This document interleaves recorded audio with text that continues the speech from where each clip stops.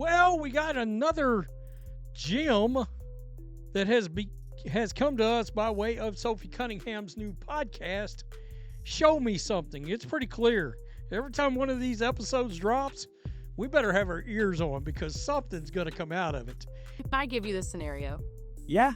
I like DB because DB was one of my vets when I was in Phoenix, and then we gathered here into Indiana, and it was kind of a surprise that she was signed to Indiana anyway, and so we'll take her in a heartbeat. She's a Hall of Famer, she's a hell of a basketball player, can score from anywhere on the court, but she got to Indiana and she just really wasn't happy, and I want people to be happy, so that's why I'm kind of neutral on this one, which a lot of people are surprised about. She's towards the end of her career, so she deserves her flowers, she deserves to be happy, but I also think that if you're gonna leave, you're gonna have to expect getting bit. This wasn't just a podcast. It was the moment the WNBA lost control of its own story.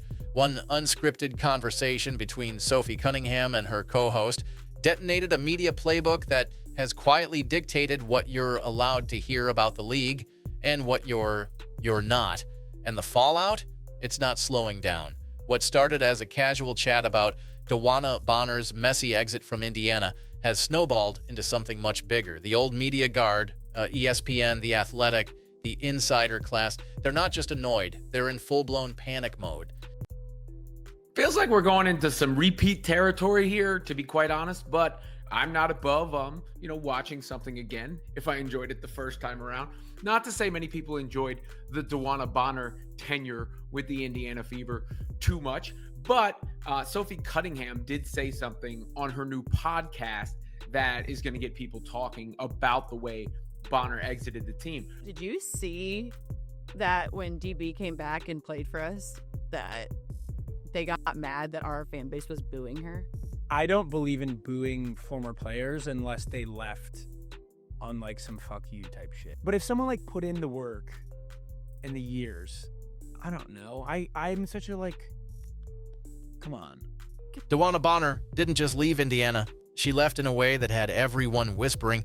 Normally, those whispers would get filtered through the proper channels, maybe a beat reporter with selective quotes, maybe a carefully timed piece that told just enough to stir curiosity, but never enough to cause real waves.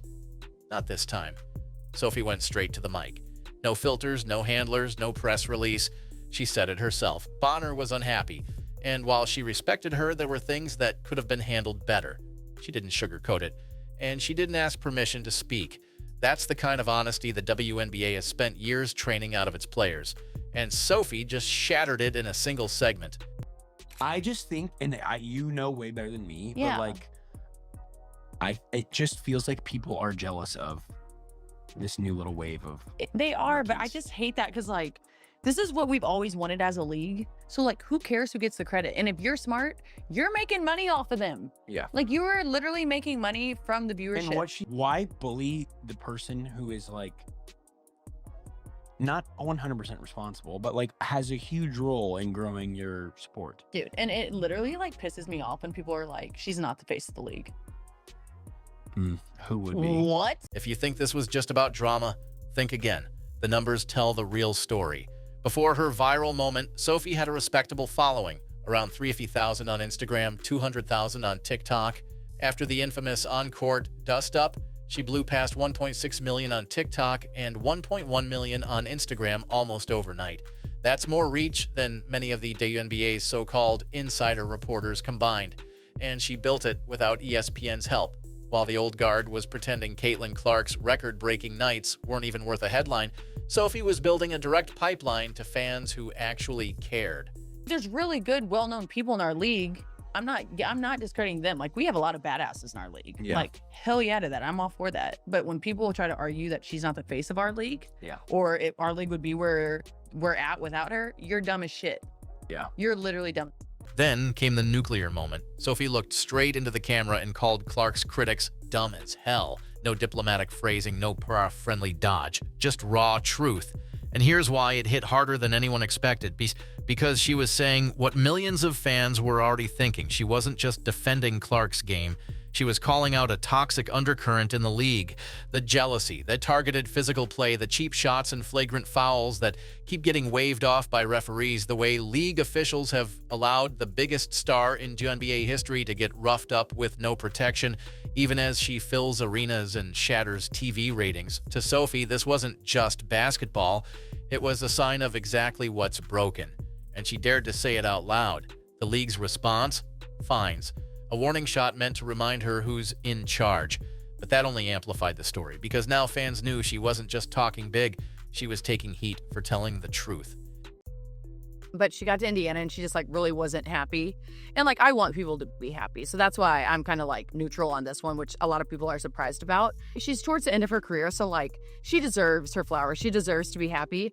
But I also think that if you're gonna leave, like you're gonna have to expect getting booed. Like, Was there explanation when it happened? No. Not even privately? Yeah, I mean, okay. thing. That's tough. And, yeah, okay. And in case you guys do not remember, it wasn't that long ago that Sophie Cunningham made this little TikTok video. And in said TikTok video, and you can see right here, this was July 23rd, she put this up and said she got fined $500 by the WNBA for criticizing the refs. I can't play the video because there's a copyrighted song in it. But needless to say, at one point in this song, she calls the referees useless. For decades, sports media built their empires by being the middleman between athletes and fans. Want to tell your side? Better hope they like you. Want to correct a false narrative? Good luck getting column space. Sophie just blew that model to pieces. She didn't pitch a reporter. She didn't leak to Twitter. She sat down with her podcast co-host and dropped the story herself. No editor, no corporate framing, no time delay, so a network could manage the fallout. And here's the kicker. Her podcast isn't some DIY basement setup. It's distributed by Colin Cowherd's The Volume, a mainstream sports media powerhouse. They didn't bring her on as a charity case for women's sports. They brought her on because they saw what ESPN couldn't. That player-driven storytelling crushes sanitized coverage every time. If someone threw that thing and like, first of all, the bounce that thing had, if that smacks someone in the face, you know that that's going to be plastered everywhere. And if it didn't hit, if it came from the top, I didn't even feel good about that.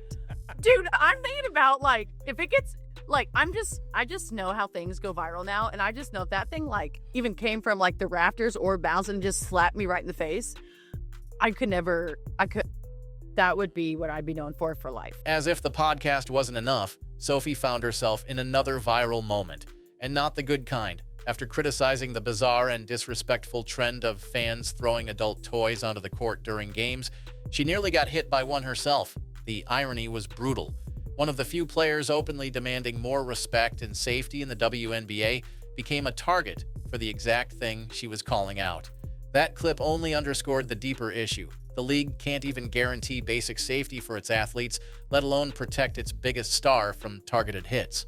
By the way, the Wall Street Journal op-ed I did the video on yesterday evening, they talked about it today for like 12 or 15 minutes on Fox News. I got a DM from somebody that said they talked about that on a lengthy segment on Fox News between noon and 1 p.m. today. Caitlin Clark in the Wall Street Journal op-ed, and that maybe the government needs to investigate the WNBA for a hostile work environment. Here's where it gets scary for the old guard. Sophie's influence isn't tied to her box score. Her platform lives completely independent of her stat line. She's proven that you don't have to be the MVP to be a media powerhouse. You just have to be authentic, unfiltered, and willing to speak directly to your audience. And that's exactly why the pushback has turned ugly. Because Sophie isn't just defending Caitlin Clark, she's part of her inner circle in Indiana. And suddenly the same dirty tactics, the same unnecessary contact, the same make her feel it mentality that's been used on Clark all season is now being aimed at Sophie herself and at Lexi Hull, another one of Clark's white fever teammates. Whether the league wants to admit it or not, this is starting to look like a pattern, and a dangerous one. Fans are noticing that the physical targeting and flagrant fouls aren't just random. They're hitting the same players, the same group over and over, And every time it happens, the officials swallow their whistles, the league office stays silent, and the message being sent is loud. These players are on their own. That's why this is becoming more than just a sports story. It's bleeding into an uncomfortable racial undercurrent that the WNBA has zero interest in addressing publicly, because to address it would mean admitting that its biggest draw, its most marketable star, and now her closest allies are being left unprotected while the league cashes in on their fame. And now other players are looking at Sophie's numbers and wondering why they still let someone else filter their message. Why wait for a network to approve your words when you can hit record and speak directly to millions? Sophie's proven that going straight to the fans not only works, it builds a kind of loyalty no corporate PR machine can buy.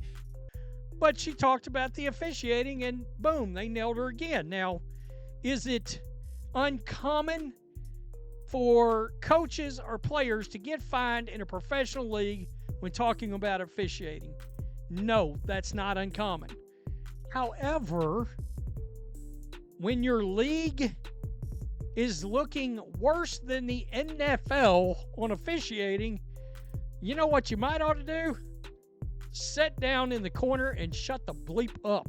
The shift is already happening. Within 6 months, you're going to see more big-name WNBA players launch their own podcasts, YouTube channels, and streaming platforms.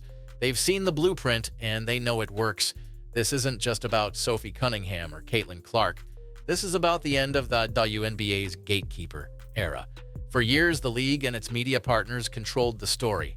Now, the story belongs to the players, and whether the old guard likes it or not, this is the future. So if you're Team Sophie, drop a Sophie is spicy in the comments, smash that like button, and subscribe to Spotlight WNBA so you never miss the moments they don't want you to see.